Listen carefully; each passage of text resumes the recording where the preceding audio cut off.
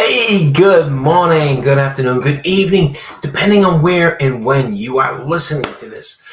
This is Coffee with Kevin. I am Kevin, and this is my coffee. I'm going to have to refresh this with nice piping hot coffee afterwards.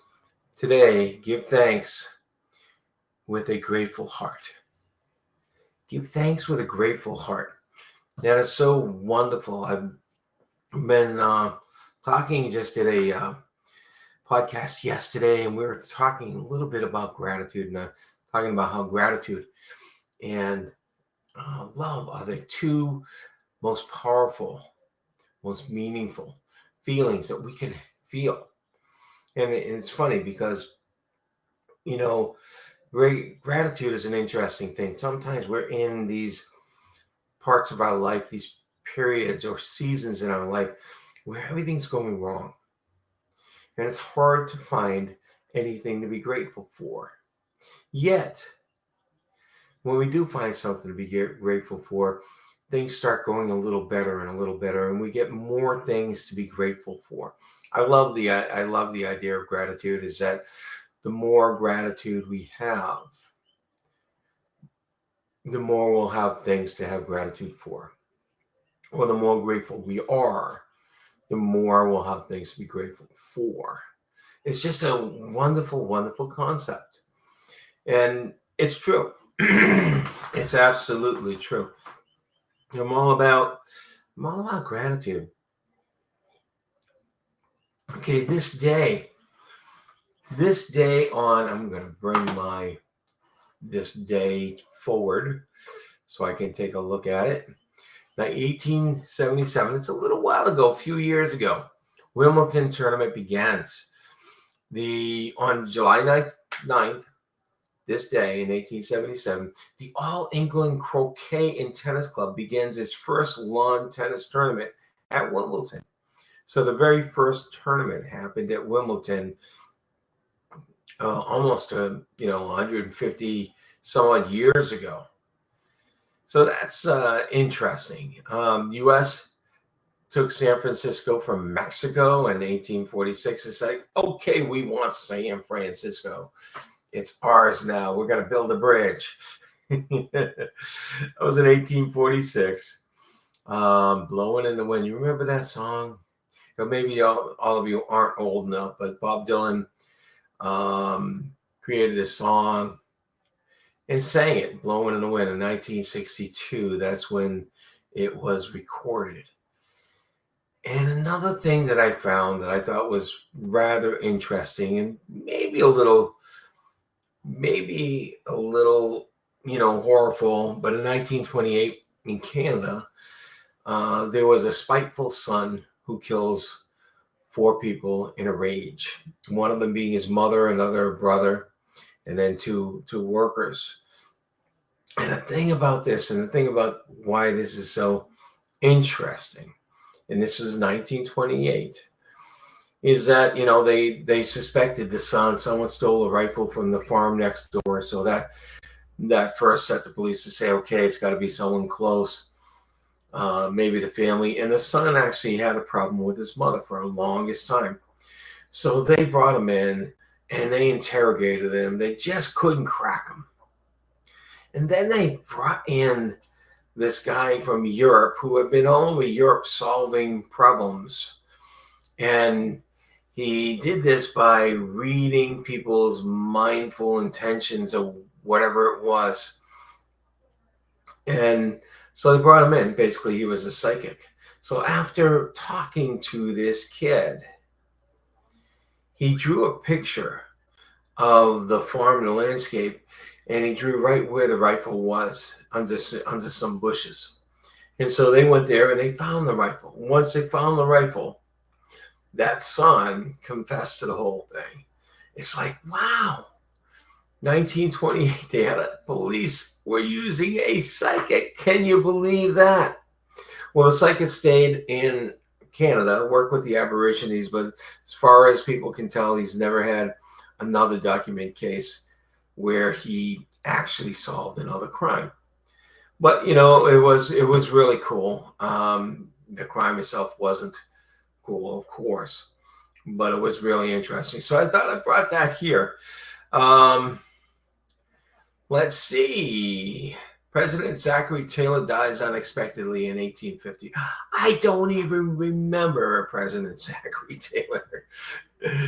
But that's it for today. That's it for today.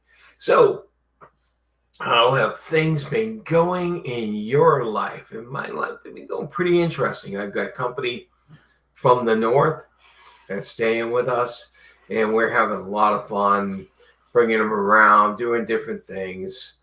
It's been interesting. Now, past couple of days, and looks like for the rest of the week, we have such high humidity that it's the windows are fogged from the start, and we're getting these rainstorms and these thunderstorms. And thunderstorms down here in Florida, or at least the part of Florida where I am, the thunder doesn't roll; it bangs, bang, bang, bang, bang, bang. You got to get used to things. I've talked about change before. I've talked about my move before, and when change comes, we are in a world where there's just constant change. When change comes, we have to embrace it instead of go away from it. When we go away from it, we lose out. We lose out if we don't catch up with the change. Yeah, I'm not talking about learn every new technical device that comes out every second, because there's so many things, technical apps and all that. And of course, we're bombarded with everything's AI now. If you don't get a new product that it doesn't have AI in a description, you're not on the cutting edge. But I'm not talking about that. I'm talking about the changes that come in the way we live, the things we do. Embrace them. Change is good. It's great for the brain. The brain gets to rewire, and it keeps the brain healthy. So embrace the change. Try to roll with the change. Okay. Today's quote is, feed your faith and your fears will starve to death. Feed your faith. I like this. I've used this before in different talks. Can't find consistent author. Most of the time it's without an author. So usually they put anonymous. Anonymous has written so many quotes. It's amazing. This person, anonymous, must be incredible. Feed your faith and your fears will starve to death. I like that. Now, your faith is your belief system, right? Your belief system. But faith is different than belief. Typically, belief is something that we've experienced. We know it's there, right? I believe that there's oxygen in the air because I know scientifically I couldn't live without oxygen, right? So I believe that. There's a desk. I believe that there's a camera right in front of me. I'm seeing it. That's actually factual. Faith is sometimes something where you have to believe it, but there's very little evidence. And that's why faith is associated a lot with religion and spirituality. And yes, we can consider that. But we all have faith, whether we're religious or not. We all have faith in ourselves or others or things that are happening around us. The thing that prevents faith and that lowers faith and decreases faith is fear. So when you increase your faith, when you feed your faith, your fears will starve to death. Now, I chose this today because I've been talking a lot in some of the courses that I'm giving. I've been talking a lot about filling your mind with positive things.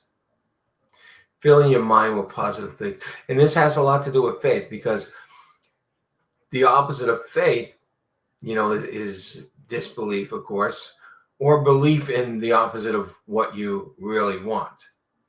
So you can fill your mind with what you want, or you can fill your mind with what you don't want. And you're probably saying, Kevin, why in the world would I fill my mind with what I don't want? I never do that. You never do that, huh? There's this thing called worry. Worry is when we fill our mind with what we don't want. When we worry about something, we look at the worst case or everything around what we don't want, and we just continuing worrying. If we just bring ourselves to thinking about what we do want and create this incredible sense and imagery and visualization in our mind about what we do want, it pushes out what we don't want. It pushes out what we don't want. And if you're thinking about succeeding in something, maybe it's school, maybe it's a test, maybe it's a job, maybe it's a relationship, you can bring out all those thoughts and visualization and images of it working out for you. The more you do, the more you increase the faith of it coming.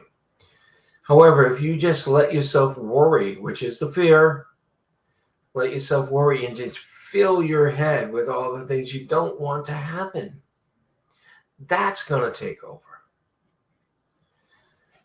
So how do you do this? Well, you become aware. You say, where's my mind going to now? Oh, that's all the stuff I don't want. That's all the stuff I'm afraid of. What is it I really want? Ask yourself that. What is it I really want to happen? And then start thinking about it. Let your mind daydream. Daydreaming is okay. It's a good thing to have because you're usually daydreaming about the positive things. Let yourself go daydream for a little while. Fill in your mind with what you want and pushing out what you don't want. Thank you, Larry. Good morning, Larry, by the way. It's a good leader asking people what you worry about. It's a good leader asking people what you worry about. Okay. Yeah. If I ask, and I do ask people what they worry about, and then I said, what is it you would like to happen? What is it you would like to happen? Yeah, I've worked with people and working with a client now. And when I started, she was panicking. She was all worrying because she's out of a job. And she hasn't been able to get a job. And she's on her own and was afraid the rent wasn't coming. And that's all she'd think about. That's all that she'd think about. And I explained this concept to her. And I got her thinking about something a lot more positive. Things are going much better. She's actually getting interviews like she would before. She's getting second interviews and third interviews. And she's really close. But more so, when I talk to her, she's a lot more hopeful than she is worried. She has a lot more faith that this is going to work out than the fear. When you can do that, things turn around in your life. It truly does. So I want to speak to you a little bit about that. And again, just keep yourself aware of where your mind's going, what you're thinking about. And when you start to feel the fear, and we all feel fear, we feel it in our body. It's not just in our minds. When you start to feel it, check on what you're thinking about. And if it's not good, if it's something you fear, ask yourself, what would I like to happen instead? What would I like to happen instead? Because there's a little voice already going on in your head saying, oh, what if this happens? What if that happens? What if this happens? So you actually want to take over that voice and say, what would I like to happen instead? And start filling your mind with all this stuff. By the way, that will eventually work and snowball into you acting the way you should act to be able to get what you want. That's the way our mind works. This has been fun. This has been really, really good to talk about this morning. I want to wish you incredible day, an incredible week. And I'll remind you again, it's all in your hands. It's all in your mind, and you have control over. We don't have control over externally what's happening. We have very little control over that, but we have a lot of control over what we think about, where our mind goes. Once we are aware that, and stop doing that process of thinking that's not working for us. Once we're aware, we can do it. So you're in control. You can make it an incredible day. You can make it an incredible week, and no one else has control over that except you. All right. Take care. Hey, if you like this, please like this. Comment. Let me know you're listening to this. I don't have a lot of people live. And when I do, not everybody comments. Comment. Let me know you're listening to this, and share it if you want to. Take care, all. Bye.